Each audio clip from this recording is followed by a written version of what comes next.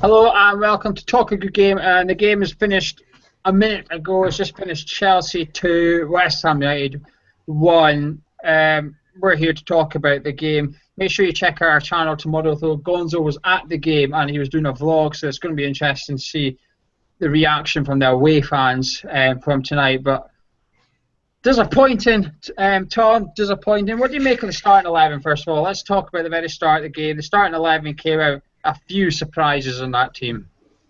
Yes, a few surprises. I'm really shocked that Ogbonna didn't start. Faguli, I didn't know that he'd picked a knock-up in training, obviously. Valencia, obviously, being over on the left and Ayu on the right. I expected the three centre mids. I did say in the preview that I expected us to have three centre mids, but I was shocked, probably more than anything, about Ogbonna, and not shocked that Antonio was still playing at right back. Mitch, what did you make of the starting 11? We kind of all expected Antonio right back, but I think we all had a hope that it just wouldn't happen. Yeah, I'm in the same boat as you two. I was fully expecting Antonio to start right back. I wasn't particularly happy about it. Very disappointed with Valencia starting as well, but you could argue that with Torre just getting back from injury and Faguli picking up a knock, that we couldn't really avoid that. It wasn't so much the lineup itself that worried me, it was more the tactics, but I'm sure we'll get onto that in a bit.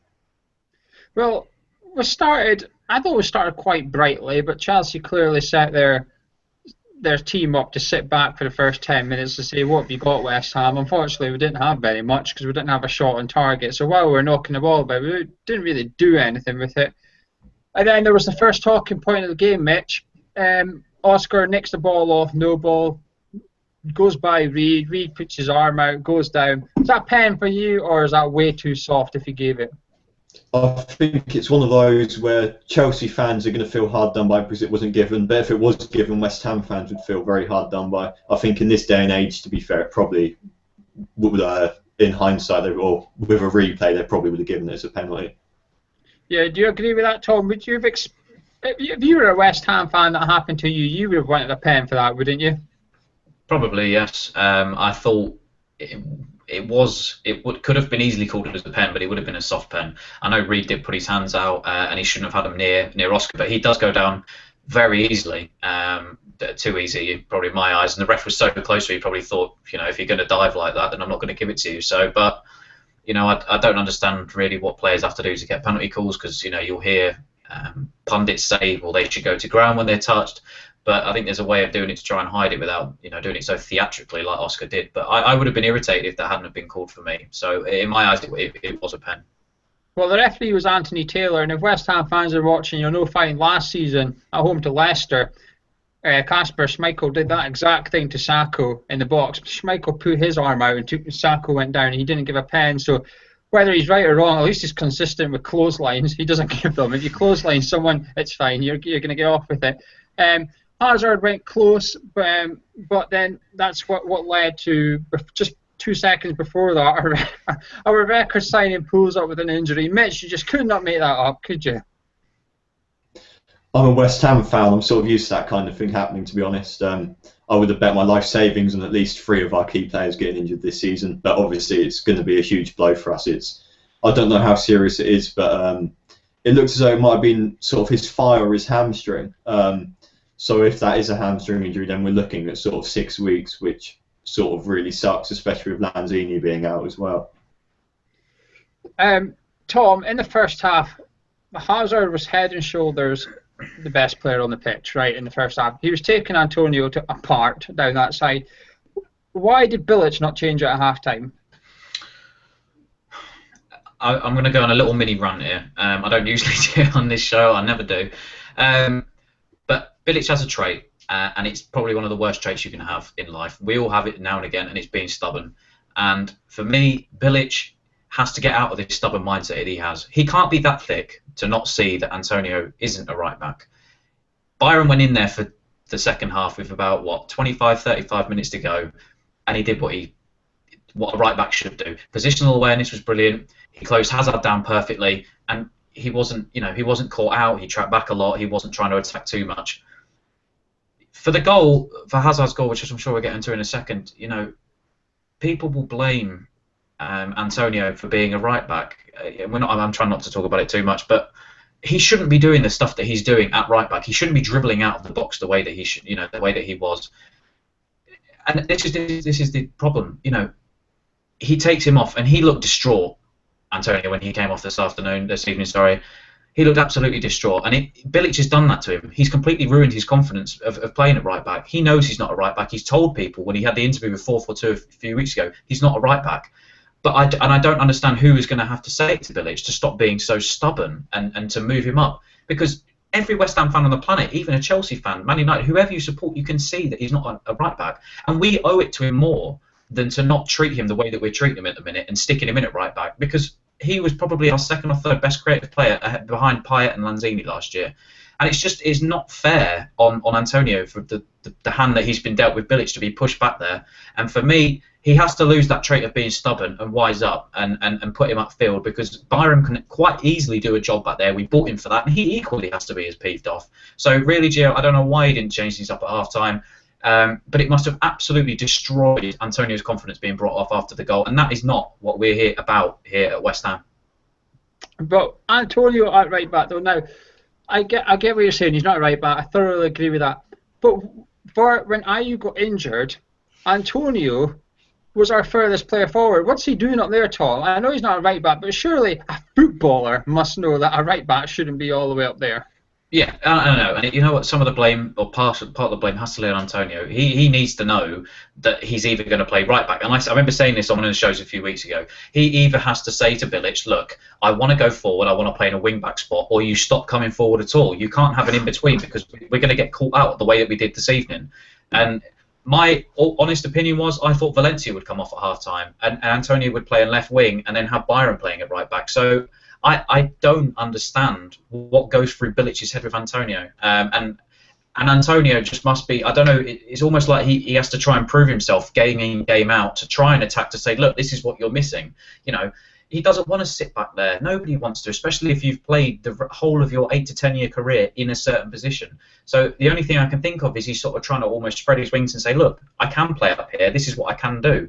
But alternative, in the long run, it affects us because, as you can see what happened this evening. But, Bilic has to lose that stubborn trait, because otherwise it's going to be a very long season with the whole right back spot. Mitch, do you agree with that? Is Bilic, in your opinion, Mitch, is Bilic on the verge of ruining what is a very, very good winger at West Ham United? I've made the case, I think, on the forum before that with it all, I feel as though when you look at the wingers and the attack midfielders that Bilic has brought in, Payet, Lanzini, Toure, Feghouli, Ayew, these are all sort of little playmakers, if that makes sense. They're all very good passers. They like to nip in and out of each other, that sort of thing. Antonio is more of a very old-fashioned winger.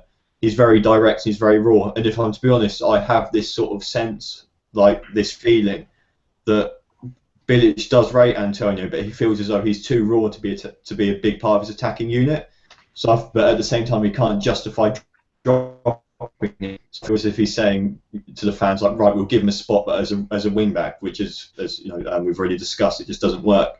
So I just feel as though we're just wasting a big talent. And to be completely honest, I don't think Bilic sees Antonio as the way forward in terms of his attacking options. Let's talk about the goal now, Mitch. We all agree Antonio is not a right back. But what is Antonio doing here? Why is Antonio trying to dribble the ball out of the box? He tries it and gets caught out. He almost gives away a pen. Adrian makes a really good save. He gets a second chance to clear it. But instead, he decides to dribble it. He runs up to the Chelsea player. I think it's Azpilicueta. He just kind of chips it into his body and then runs after him and just fouls him. What is he doing, Mitch? This is forget the fact you're not right back. This is basic footballer stuff. This is Sunday League stuff. You clear it. You don't run out the box when there's everybody in the box. What's he doing, Mitch? Oh, I can't justify his actions at all. I agree with you completely. The only thing I will say in his defence is that he's been trained from a very young age to be an attacker and a winger. When he's been trained in the mindset of you get the ball and you go forward. Hence why whenever he gets the ball, instead of just hoofing up the pitch, he tries to run out of it. But I agree with you. You can't justify it, but at the same time, this is what happens when you play someone who's been an attacker for 10 years or whatever it is, suddenly bring him in at right back. Mitch, do you think you can make a case that Antonio's doing that in order to try and impress Bilic, to say, look, I'm an attacker, I can skin players, this is what I can do? Because he very rarely got space. Had he have skinned Azpilicueta, he would have been away. He would have been away with 30 yards of space ahead of him. Chelsea would have been very little numbers at the back. So do you think it's almost the pressure was on Antonio to say, if you want to play right wing, you've got to take the law into your own hands tonight and somehow find that opportunity and seize it? And maybe he's seen that as the opportunity to go forward and prove himself as a winger, if you like. I think it's possible, and to be honest, if I was to sit down with Antonio and give him one piece of advice, I would tell him that your 8 goals and 5 assists or whatever it was last season speaks volumes compared to what you can do from the wing, dribbling out and whatnot. And to be honest, I would, if I could advise him, I would say that maybe in terms of your career, right back isn't the position for you, so maybe you should begin to look on and perhaps even move on, because of it's no good for him being a right back, it's no good for the club being a right back. So, you know, what's the point of keeping him when he's probably worth about 15 million right now? Something has to change. He has to get moved further up the field. Can I add a point for this? Yes. Sorry to interject. I think, you know, we talk about that. What does he have to prove to Bilic? After last season, the guy doesn't have to prove anything. He should have been our #1 winger going into this season up there. In the transfer market, we bought Sam Byram last January. So, like I mentioned a minute ago, what's that done to his confidence? We should have gone out probably in the transfer window and bought a first-team right-back. We've then gone and signed Ayew, Faguli, and Toure. You know, we have Valencia still and Saka, who can still play those wide positions, right? What does that do to Antonio's confidence? He must be sat there at night thinking, what more do I have to do for this West Ham team to show that I'm worth it? He should have been hands down that starting winger opposite to Payet on the right-hand side. Fair enough, we brought in good talent, and I like the signings that we've made, and that's not a knock against them. But Antonio has nothing to prove, because when at times last season he dug us out, Tottenham, Sunderland he scored, the goal against United, Liverpool, there were so many occasions that he showed up and he helped us win. The bloke does not have to do anything, and this is why it has come down to Bilic and Bilic alone to stop being stubborn. And we should look now, with maybe a couple of weeks left, to either go out and buy a right back or finally say, Byram, here's your spot, and play well, because he's not done bad at right back. Even at left back in pre-season, he's still done well. So I don't know what's going to happen with it, but Bilic needs to lose that trait, and he needs to lose it fast. Last word on Antonio. Tom, do you worry that Antonio could, just even if it's just a little whisper, do you think he could be considering his future, or what? I mean, of course. Why not? You've got a manager that's stubborn at saying I don't going to play right back week in, week out. Why would he not just say, look, excuse me, mate, you can take 15, 20 million for me, and I'll go play in a position that I know I can play it, and I'll do a bloody good job at it. You know, he could easily say that, and I just think we've got to be so careful in these next few weeks before the end of the window, because other clubs have got to be looking at him. I felt for him this evening as a West Ham fan, but I felt for him when I saw his face when he came off. I just thought, you know what, I really feel sorry for the way you've been treated these last few weeks, and he could. And you know what? Like I said, there's got to be clubs that are thinking, hang on a minute, do you reckon we could sneak in and we could pay 15, 20 million and we take him? And I wouldn't blame him for leaving if we continue to play him at right back. I totally agree, and I've not seen a footballer look so distraught and upset in a long time as he did. His face when his number went up. But not only that, Bilic just ignored him when he went off, as if, you know, I was quite. What must he be thinking when he's had his torrid time? He's up against one of the world's best footballers. Make no mistake about it. Hazard's one of the world's best. Tonight he was on fire. He was at his best tonight, Hazard, and he was clearly targeted, Antonio. So he's running around chasing shadows all night. He's having a mare. He's going to feel bad naturally. So he gets subbed off, and his manager just ignores him completely. You know, it's almost like he's double slapped him in the face. Not only has he done it on the pitch, he's took him off and slapped him in the face again. And I do wonder what Antonio is going to be feeling tonight. But let's get back to the game. Stonewall pen, great penalty by Hazard, deserved lead by Chelsea. Now let's talk about the tackle. Let's talk about the guy who's on a yellow card. Adrian, he should clear it, but he doesn't. We all know our keeper is going to. We all know he's going to do this. He dithers with it. He flicks away. Costa then goes in, studs up, above ankle height on him. Mitch, is that a second booking for you? Should Costa be off the pitch? Well, all day long. He wasn't anywhere near the ball. If I'm to be completely honest, he didn't even look like he was attempting to play for the ball. To be honest, if that was at Upton Park or it was a West Ham player making that challenge and they're on the yellow card, that would have been a Stonewall red card. But I think the Stamford Bridge advantage has worked in Costa's favour there. Has the ref bottled it, Mitch? Because his previous yellow was for mouthing, the new rule in football. If you hound the referee, you're going to get a booking. So he got his booking for that. So has Anthony Taylor completely bottled it, thinking maybe it was a soft yellow, etc., because it's a new rule. But if that's a foul anywhere else on the pitch, or he wasn't already booked, that's a booking, isn't it? Oh, all day long. I look in like I can't understand for a moment how he's seen what's happened and not immediately before. He's grazed his studs down Adrian's ankle. Like, how is that not a yellow card? You actually could see Adrian's ankle bend and whatnot. It was quite a nasty tackle, to be honest. He has just completely bottled it in front of the home audience, basically. Tom, what's your opinions on that challenge by Costa? Again, I very rarely get irritated, but I'm in such a mood this evening with what's happened. Anthony Taylor, in my eyes, is one of the worst referees in the Premier League, and every fan thinks that. That's not just from a West Ham base. If that happened to anybody, you would feel that way. And I think even up until last season and stuff that happened, he's a shocking ref, right?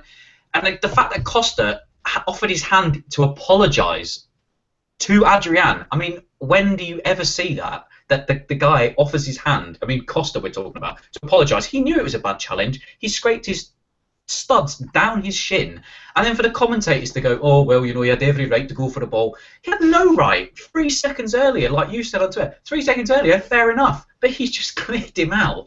And I don't understand, for love nor money, why he has not sent him off. He's bottled the decision, and Chelsea get away with it. And this is nothing against Chelsea. They played fantastically at times this evening, if not the whole 90 minutes, right? But you have to agree that it was a shocking, shocking tackle from Costa, and he should have been off. I think this is where video replay is needed, because perhaps from where Anthony Taylor is, there's no way he can know for sure that stud's hit him in the leg. When you look at the way Costa goes in, he's probably not even sure if there is contact, because our keeper does like to exaggerate, as he does anyway. But 2 seconds on the radio, Michael Oliver, the fourth official, is on his mic going, yeah, stud's down, that's a yellow card. At the very least, that's a yellow card. I don't think Anthony Taylor can gamble and give a second yellow for that. I don't think he can see it. He must be miles away from the play. The linesman, should he be seeing that? Come on, Tom, you've got something to say. But this is the thing, right? We talk about every year, video replay. We've just made changes this season to the kickoffs. Should the kickoff be going forward? Well, actually, do you know what? Let's look about the more real issues in football and stuff like this. Stuff that affects the outcome of a match, not when someone can kick the ball forward or not. It's just, I don't understand. Every other sport has a means to say, tennis, cricket, rugby league, everybody has a challenge available to them for decisions like this.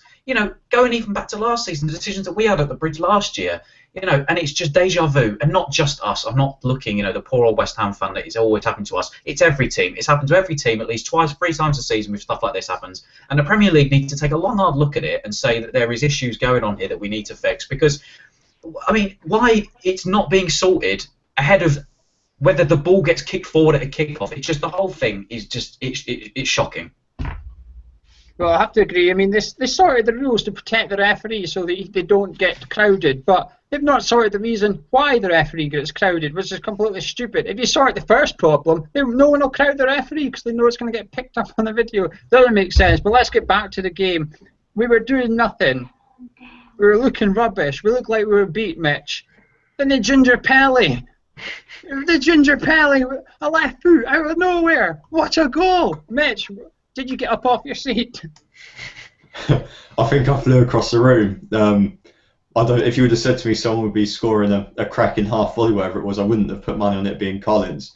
When that happened, for a moment I thought we're gonna win this. But then it sort of the game opened up a little bit after that, and we just sort of went back to being how we were before.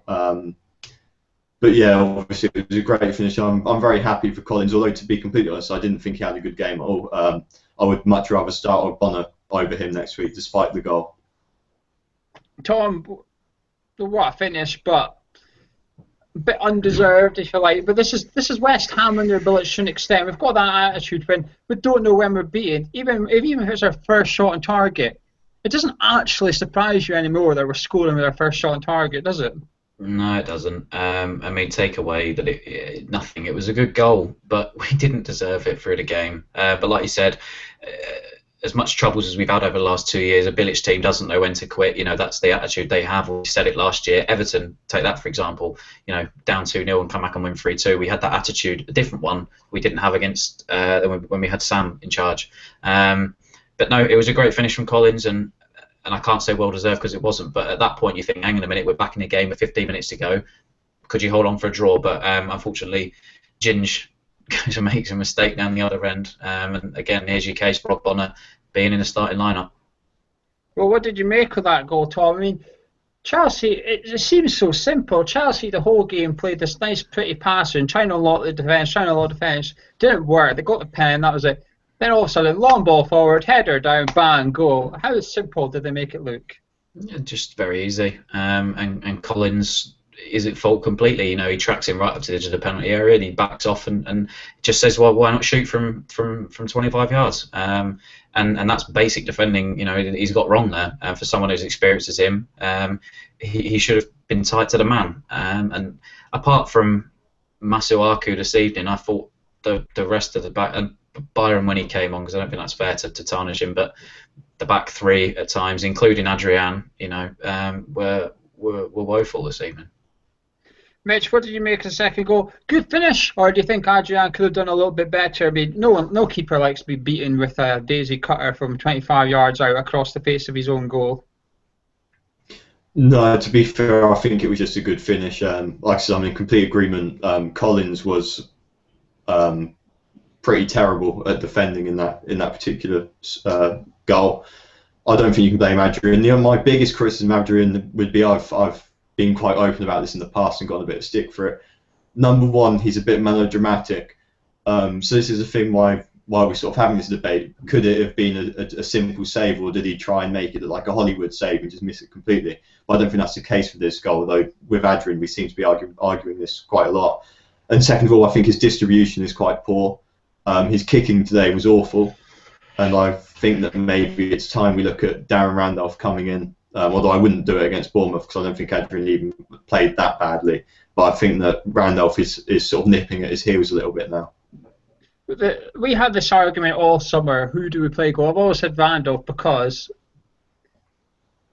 Adrian makes me nervous, and a keeper should not make you nervous, but he does. Every time the ball goes back to my pan, when he tried to skin Costa tonight, there was something about that I just thought, this is typical of him. It doesn't surprise me. If Randolph tried that, it would shock me. But because it was him, I was not surprised at all. He was trying to turn Costa in the box. And maybe this is where you don't need a melodramatic goalie, as you said. Maybe this is where you need a goalie with a bit of grit. If Costa had done that to, I don't know, Joe Hart would have got up, grabbed Costa by the scruff of his shirt and dragged him up to his face and said to the referee, you need to make a decision here. You need to make a call because one of us is getting booked, or maybe you're going to book both of us. But the fact that he was rolling around the pitch, and it probably did hurt. Let's be fair, it probably did hurt. But I don't know. I'm just a bit peed off a bit tonight. Mitch, Tom said the whole defence has let him down tonight, except Byram. Well, to be fair, Mitch, has anyone in the whole team stepped up tonight or impressed you tonight? What was your thoughts overall on the game and the players' individual performances? In a way, it's hard to tell because to be completely honest, in terms of our attacking, with the defence, I do agree, but I'll come to that in a minute.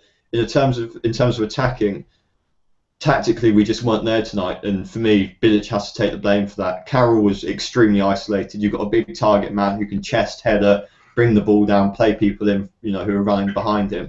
There was no one. He'd be getting the ball, and there wouldn't be a player for 20 yards on either side, or even in front of him in some cases. The wingers were almost second fullbacks today, so they could hardly get in the game. They were literally just sitting in front of the fullbacks at times, and it was just absolutely ridiculous. When you've got Carroll on the pitch, you need to have those two wingers pushed up the field and getting the crosses in, especially when you've got Nordviet and Koyate who can sit as anchors just in front of the front four. In terms of defending, I think we were pretty shocking. I'm losing a lot of faith in Winston Reid, to be honest. I think that he was very inconsistent last season. He was okay at times today. I think he was probably one of our better defenders. And Collins, to be honest, despite having a great season last season, I think it's time that, especially with his ageing, that we begin to see him as more of a fringe squad player rather than a player in our starting 11. And obviously Antonio just isn't the right back, and Byron played fairly well as well. I'll tell you something I noticed. This is pretty poor. That Collins is experienced as centre backs come, right? But Antonio was upfield. Collins started gobbing off at him, waving his arms around as Collins does. Remember back to last Thursday when we played Domzali and that happened. Reece Oxford simply kept his cool, said, Antonio, mate, you need to get back. He spoke to him the whole time. Collins waits until the ball goes clear and then starts gobbing off at Antonio. This is where he needs to speak to Antonio. You've got someone who can't play right back. Speak to him and help him out. Don't just leave him out to dry a little bit. And it's pretty poor that a 17-year-old is better communicating than one of the most experienced players we've ever had in the league. Tom, what did you make of the rest of the team overall? You've given us your conclusion on the defence. What about the other side? Shocking. Again, where was the midfield tonight? All three of them. I spoke so highly of Norvite on the preview, how well he played against Domzale, and he just looked like a flipping, deer in headlights this evening. And he was shocking. Noble, not there at all. Kouyaté wasn't as effective as we've seen him before. Valencia had one of his better games in the first half, however he dropped off. I'm not going to slag him off because he tried this evening. And I said this about Emenike last year. As long as you're giving 100%, you may not play your best football. But if you're trying and you're showing that you want to play for the club, I have no issues with that. Carroll, I don't think you can blame it on him this evening because his service, like Mitch said, from Adrian this evening was shocking. He had no help from his wingers. And there was no, Cresswell balls going into the box. There was no Payet balls going into the box. So I don't think that the blame can be taken Carroll. I thought Gokhan Torre was quiet, like Mitch said, though, however he's come back from injury. And I thought out of everybody, really, I thought Masuaku played quite well. I thought he defended well at times, and he did look okay going forward. But, listen, one game is not, especially the opening day of the season, is not going to define how your season goes. Leicester losing to Hull the other day is not going to define their season. But I think it's just disappointing when we start on such a slow foot, and more speaking, Bilic-wise, tactically, when he's got it wrong. So, I mean, I fully expect when people come back from injuries and stuff and we get a bit more, because really this evening we missed a creative player. With the only option, the difficulty with having those three centre mids is you lose that attacking threat of someone in behind the striker like a Lanzini that can create that little diagonal ball to set someone free.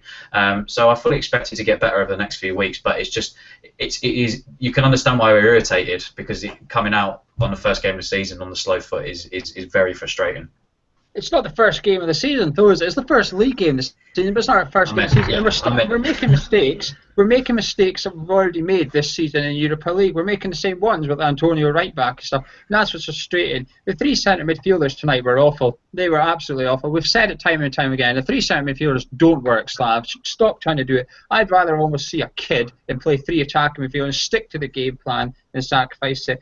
Now, the problem with Noble is tonight, time and time again, he was getting his head, like when the penalty call happened, he got the ball, he looked up, and everyone was just standing looking at him, going, well, hoof it then, hoof it away. They're all just waiting for him to boot up the park, but Noble just refuses to do that, and I know we've just criticised Antonio, but it's just, there was no passing outlet, no one wanted the ball. We chickened out of that tonight. Chelsea were up for it, Chelsea wanted that at 3 points, they wanted to impress their manager. Hazard was looking world class. I think Ivanovic played really well at right back, and I think he gave Valencia a hard time, despite Valencia playing really well. I think you can't blame Carroll. I agree with you two. You cannot blame Carroll tonight. He had nothing to go on whatsoever. He must be frustrated tonight as well. But that three centre midfielders, whenever someone had the ball, whether it was a centre back or one of their other midfielders, they all just stood and looked at each other as if to say, what are you going to do with the ball? There was no movement whatsoever. Kante got booked within the first 2 minutes of the game, and he didn't have to put in another tackle until about the 80th minute. That's the defensive midfielder on a booking. Someone should have stood next to him for the rest of the game saying, right, everything's going through that boy. Let's get Kante to... Let's question him. Let's put questions on him saying, what are you going to do? You're going to tackle me, or are you going to let him go past? We didn't do it. It was shocking. Now, we normally do man of the match. I can't do it tonight. But... final word, Mitch. How impressive were Chelsea tonight? And do you think they will? Do you think we just played potentially the title winners? It's still too early to say. I think they did play very well. I won't take that away from them, but we certainly helped. We didn't. It wasn't like we were playing well and they were just playing sort of up another level. We were just absolutely shocking, and they fair play to them. They capitalised like all good teams do. But I do expect them to get in the top 4. It's probably maybe too early to say whether they can win the title or not. Tom, what's your final thoughts on our opponents tonight? Did they impress you? Yeah, we said it in the preview. It would be a fortress to come and play this season, and they weren't playing our strongest side. I think potentially we'll be better next time we play them. But they were very good, and we were very poor. We were second to a lot of the things tonight, and we just sucked. But you know what? Chelsea have got all the tools there without Europe to go and have an amazing season under Conte, and the best of luck to them. And I mean that sincerely, because I do like the style of football he plays, and I do like Conte as a manager. So no, all credit goes to Chelsea this evening, but I don't want to be too disappointed. I'm not dropping my head so much, because of I expect things to pick up back next week at Bournemouth. But like I said, it is frustrating getting out to a slow start. But all credit goes to Chelsea this evening. I said I think they'll win the title. I'm going to stick by that, and I think come the end of the season we're going to look back on tonight and think, yeah, we got beat, but it's not the end of the world. And this isn't our bread and butter points. Our bread and butter points come against the teams like Bournemouth that we need to win. It does put a bit of pressure on us though. Our first home game at the Olympic Stadium, we do need to win more than we did yesterday. We'll be back tomorrow at dinner time with our preview of the Astra game. It'll be live on our YouTube channel, youtube.com/HammersChat. Make sure you subscribe to it. We'll be talking what team we want to see on the Thursday night. Should Dimitri Payet be getting his run out? Should Ogbonna be playing? What do we do with our injury crisis as such going into that game? But that's been Mitch, that's been Tom, I've been Gio. Make sure you come onto our forum at hammerschat.com. We're a little bit angry. We've done this review straight after full time, so apologies for the negativity, but hopefully you understand. You might be feeling it, but come let us know on our forum at hammerschat.com. Make sure you subscribe. Thank you for joining us.